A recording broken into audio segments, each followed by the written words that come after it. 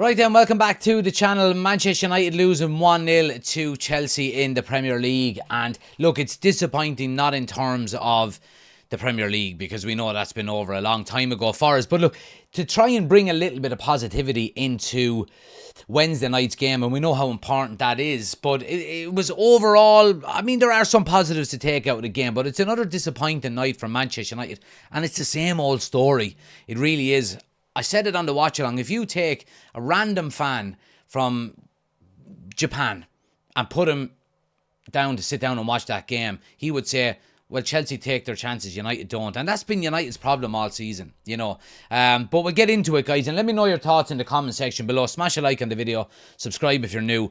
I thought for large parts of that game, United looked really good. I really did. I thought defensively, I thought we looked solid.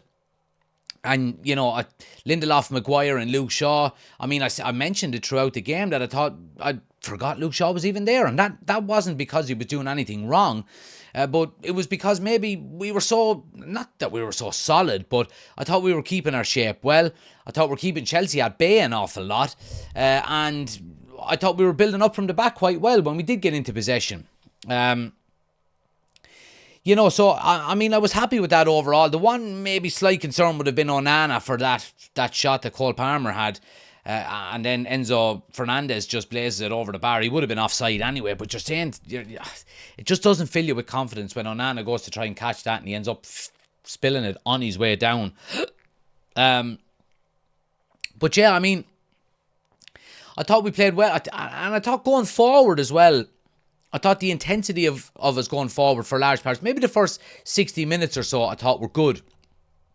I didn't think we looked like Chelsea are going for top four and we're obviously near the relegation zone. And there didn't seem to be an awful lot between the two teams in my eyes.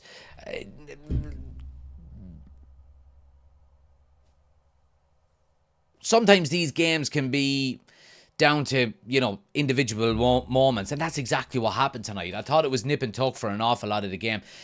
When we were out of possession, I thought we actually pressed them quite well. I thought our defensive shape was good. And I mentioned it again during the game that we seem to be pressing as a unit more and more as the season has gone on. And you can say, look, I mean, Jesus Christ, Jack, you're 16th in the Premier League. And I understand. I'm taking this in the context of a new manager coming in and, you know, maybe the improvements that we're seeing in relation to the new system, you know, and how he wants to play and so on and so forth. I am seeing glimmers of it. I really am. And I've been consistently saying that over the last, you know, couple of weeks and months. That I do think these players are getting to understand more and more Ruben Amorim's system and what he wants from them. I thought Maguire was good at the back. I thought, again, like I mentioned, Luke Shaw. Look, I don't think Lindelof done anything wrong. I think a lot of that was down to maybe I mean, Chelsea. I mean, Neto on the right hand side is neat and tidy. In fairness, Madueke didn't do an awful lot on the left. In my eyes. Cole Palmer looked like the danger man through the middle, but again, I thought he was sloppy. United dealt with him quite well. The wing backs, the one thing I would say about Dorgu is that he turns back too much. Now, maybe that's a little bit of just self-belief and self-confidence that he's got to get into his game, and that will come with time and experience. But there was a couple of opportunities in that game where he could have just bombed forward, but he stopped, he turned around, and he went inside or he went backwards. I would rather him run into the space as far as he can until he can't run anymore, until two players come and close him down, and then turn back. But we're 40 yards up the field at that stage, you know. So that's what I would like to see. Mazraoui 7 out of 10 every week, you know, absolutely solid. I would like to see him. I've been substituted because, you know, I didn't want him. I mean, Ruben Amorim keeps talking about Mazraoui is dead. He's wrecked. He's absolutely, you know, blown out of his arse. But yet he keeps playing him, you know. Now, again, he's playing well, in fairness to him. Casemiro does what Casemiro does. I thought a lot of the game bypassed him a little bit. He was maybe the pace of the game, the intensity levels of it, and I think that's why we've seen Casemiro succeed in Europe an awful lot more than the Premier League this season. Bruno was playing beside him. Again, look, Bruno probably had a quite enough night by his standards. I thought the best part of Bruno's game, especially in the first half, was the intensity of his pressing and the defensive side of his game. He was closing down, he was putting in tackles. But going forward, again, there wasn't an awful lot for United going forward tonight. The two number 10s then, Mason Mount early on in the game, I mean, you could tell by Mason Mount he was looking for a goal, he was looking to get into them positions. And we know what he offers. He offers intensity, high pressing when we're out of possession, and he offers creativity then and a chance on goal when we're in possession. I thought he played well tonight. I thought he was one of our best players. I really do. And Ruben Amorim substituting him in the game just goes to show maybe that he might have a big part to play on Wednesday night as well.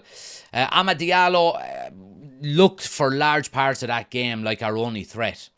And again, I thought maybe in the first half he was a little bit quiet and he maybe gave the ball away a little bit. It was like the ball velcro to his foot wasn't as rock solid as it normally is. But in the second half he certainly improved and he looked like our most dangerous player.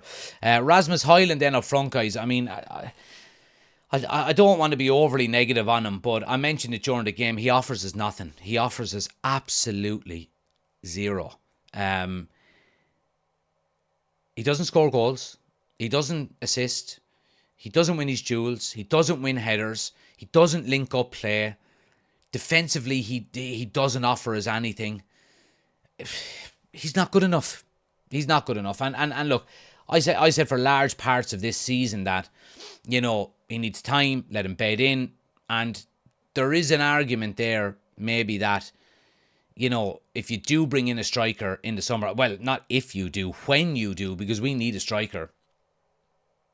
Do you hold on to Rasmus HOJLUND and let him be the backup where the pressure is off him? I don't know.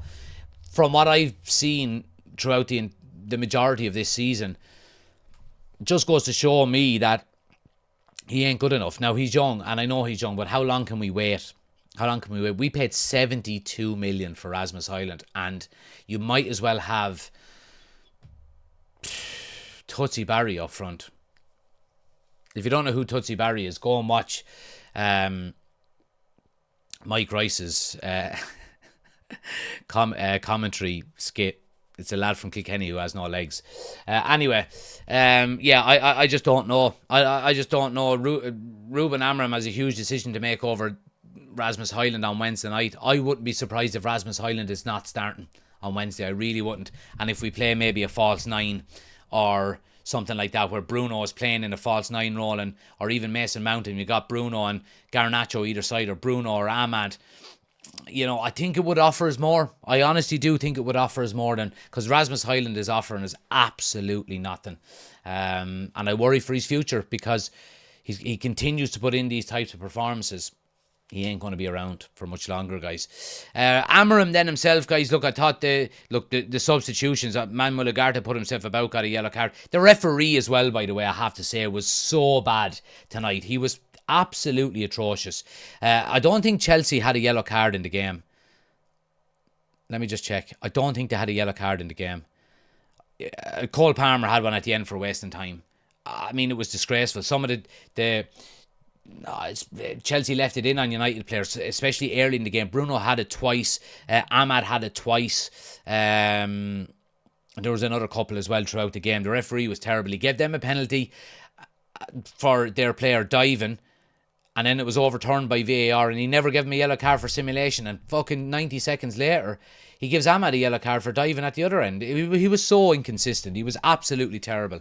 So he was. Ruben Amorim's substitutions, guys. Look, he takes off Bruno, Shaw, Mount and Casemiro. You can pretty much guarantee they're all going to start on Wednesday night. I would have liked to see maybe Maguire get a bit of a rest. But look, the most important thing is clean bill of health. That's the most important thing. We have a clean bill of health. We've got out of this game unscathed. Nobody's after picking up injuries, and that's a good thing. The game tonight specifically was typical of what United are in the Premier League this season. Moments where we look good. Overall, some positives to take from the game, but ultimately falling short because we can't put our chances away. And that's been the story of our Premier League season. And that has to change. And if it doesn't, we're going to find ourselves mid-table again next season. You know, so let's see what we'll do in the summer. But it's a big week, guys. Big week. Next one, of course, is the Europa League final on Wednesday night. So make sure you're tuning in. Plenty of content coming up between now and then. Please do smash a like in the video. Subscribe if you're new. Man of the match for me, and let me know your man of the matches in the comment section below. I'm going to give man of the match to... I'm actually going to give it to Mason Mount because I thought he played really well. Let me know yours in the comment section below, guys. Like I said, loads of content coming up between now and Wednesday night, so make sure you have the notification bell turned on. Subscribe, like the videos, all that good stuff. Thanks for watching. Have a great weekend, and I'll chat to you soon.